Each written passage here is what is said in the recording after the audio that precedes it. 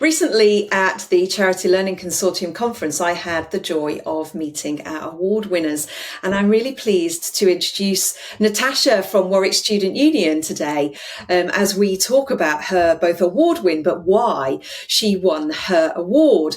It is really of interest to the Learning Now TV audience what amazing things can happen with third sector organisations and how they can do so much with so little. And what I love about Natasha's story that we're about to hear is that it really is focused on doing the right thing. So what can we learn? Natasha, welcome to Learning Now TV. Who are you? What have you done? Share your story with us if you don't mind. No problem. So my name's Natasha Patel, and I guess once upon a time I was a occupational psychologist. So my kind of background is in psychology. But during the last 2 years, I've been working first time in the charity sector. And you're definitely right in terms of the limited resources, shall I say, and really brings out the creativity, I think, as an L&D professional. And that's really what this 2 years has been about in terms of my journey and collectively where I work, which is Warwick Students Union, our journey as an organisation through, EDI and what we now call inclusion and belonging. Help us to understand that shift. Most people will know EDI as a phrase, of course, equity or equality, diversity and inclusion, but you're calling it something different. Why the shift? The shift really kind of came organically. So first, when I came into the organisation, I came in as a L&D advisor. And whilst kind of one of the first things I wanted to do was really kind of get a sense check, kind of a pulse survey almost at that time, what was happening within not only the L&D space, but also within the EDI space. So I completed a training needs analysis at that point. And what really kind of came out of this was the fact that across kind of senior management, so that included our directors, our CEO and our full-time officers at the time, was that there is a great appetite for EDI and an understanding of what that looks like. However, people do not know what to do with it. It's such a big topic. It's quite overbearing. And especially in terms of senior leadership, they didn't feel that they had the answers, to this. And in addition to that, I think the biggest thing that really kind of came out of that was the fact that there was a lack of psychological safety across the organisation. And again, not just within kind of this organisation, but in previous lives when I've worked, within the banking and the IT sector, it tends to happen. It's there. It's something that's not necessarily spoken about. So it was that lack of feeling that people could talk about EDI related matters. When I joined the organisation, it was just on the back of kind of the Black Lives Matter movement. So it was something that felt it should be mainstream, felt that we should be doing something about it, and almost, dare I say, at times tokenistic too. It felt like we need to be on this bandwagon. And my approach was very much, yes, we do. However, it's not a tick box exercise. It's something that I think should be woven into learning and development across the organisation. So you've got there this whole kind of fear, if you like, that people have, senior managers in particular, have got the sense that they want to talk about EDI. They want to talk, I'm going to use your language, inclusion and belonging. I think it's a nice reframe. They want to talk about inclusion and belonging, but just don't know how to go about it.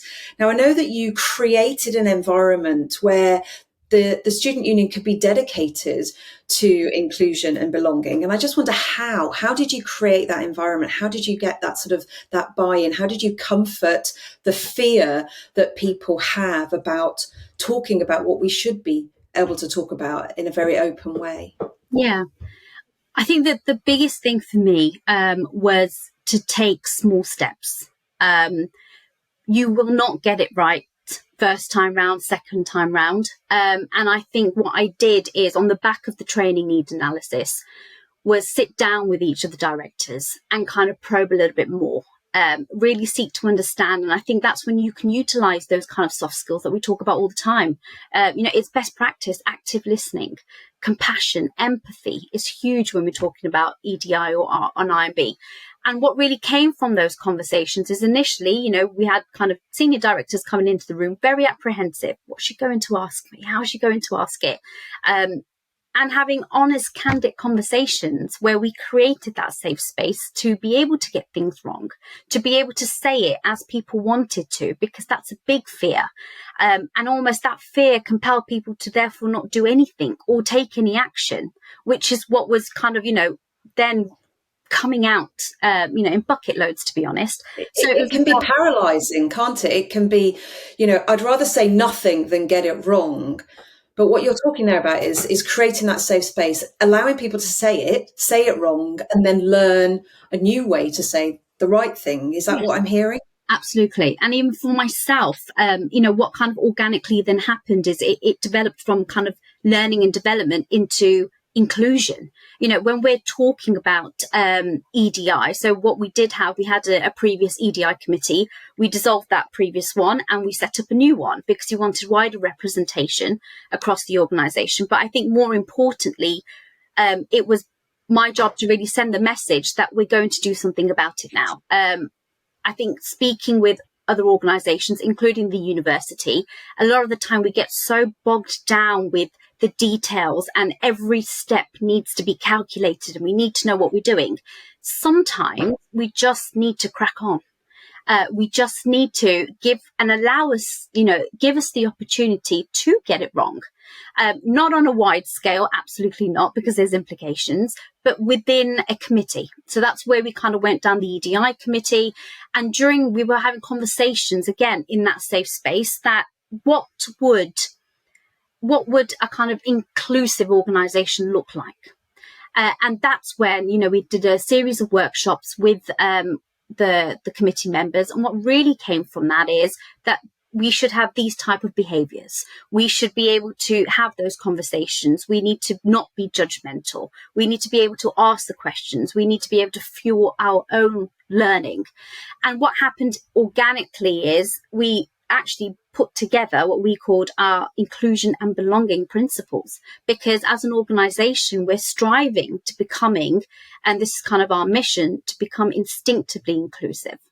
Now, appreciate that we're not there and it is a journey, but what can we do to get ourselves there?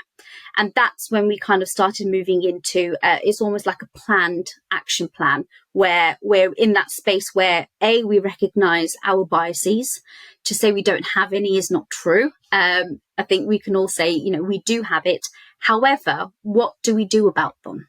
How do we bring them to the surface? How do we allow each other to openly talk about this within kind of team spaces? So the little steps that we started doing is initiating team meetings and have EDI on the agenda. So, go and read the Equality Act, come back and just have that conversation amongst your team. What did you learn? What was new? Did you know, there's other protected characteristics outside of race or sexual orientation? Are we talking about disability in the same way, or the same vein that we talk about race? These are all kind of really fruitful conversations. And what started happening is people felt safe to be able to have those conversations, because to a large degree within teams, you do have, psychological safety. So it was those small steps with kind of almost pressure coming from the IMB committee, and then having separate training sessions with each of our directors and collectively as an organisation, that we really saw this shift almost in the mindset of, right, we're in this place now where we're going to do something about it. That's great. And I've got the support to be able to work our way through it.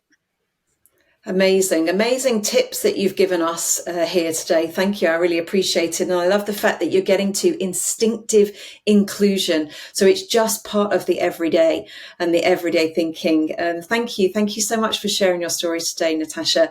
If you want to hear more about Natasha and the award win, then do head over to the Charity Learning Consortium's website for more information, or get in touch with Natasha, because you've got so much to say about this. It's been an absolute pleasure to talk to you. Thank you so much.